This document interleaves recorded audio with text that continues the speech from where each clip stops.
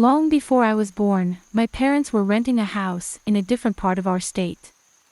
My mother never really liked the place. Something just seemed off to her. The feeling still hadn't gone away even after a couple of months of living there. In fact, as time went on, she began to feel even more ill at times. She chalked it up to paranoia. My father's schedule was shifted and he was placed on night duty. The first night she was due to be alone in the house, she had a terrible anxiety attack. Something bad was around her, she could just feel it, and she called a friend and had her stay the night. The next day, my dad kidded her about being such a wuss. Before my dad left for work the next night, my mother sheepishly placed a large pair of sharp sewing shears under her pillow. She said she felt embarrassed, because of course, it was all just her imagination. She had considered a knife, but figured that was too silly and over the top. Still, she wanted something, just to focus on, that could help calm her nerves when she went to bed. That night, the dream was very intense, the kind where you have no idea, it even is a dream. She said, in the dream, she got up to go to the bathroom. As she was on her way back to the bedroom, her body suddenly started to feel a tingling sensation all over. Then, she couldn't breathe. She didn't know why, but she was overcome with only one thought, that she had to get to the bedroom. She began crawling along the hall on her knees, propelling herself along by her elbows, still choking and gasping. The carpet burned against her skin. It felt as if she were underwater and every slight movement was met by resistance. Finally, she made it into the bedroom.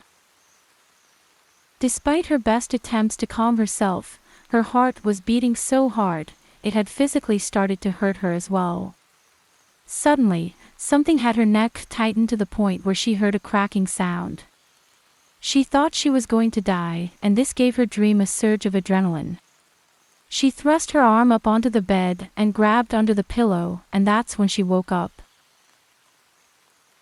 The sun was coming up and there was fresh light in the room. She was drenched in sweat, and laid in the bed for about half an hour, too shocked to move. When she finally convinced herself to get up and swung her legs out from under the blanket, she felt a stinging, sore sensation. She looked down on the worst carpet burns she had ever seen. Layers of skin peeled off and there were small streaks of red blood on pink skin.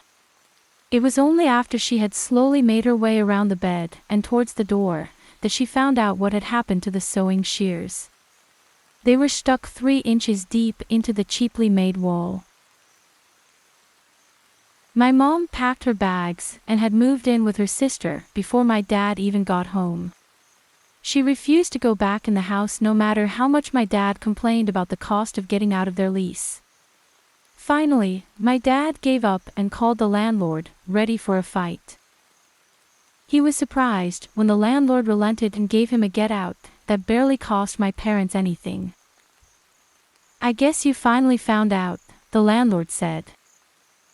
"Found out?" said my dad. It turned out that, about 5 years earlier, a woman had been found dead in the house.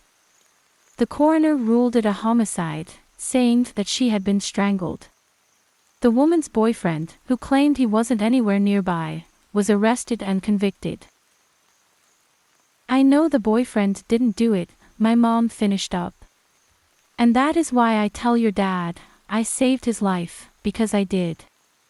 I saved my own life and saved him from having to spend the rest of his life in prison."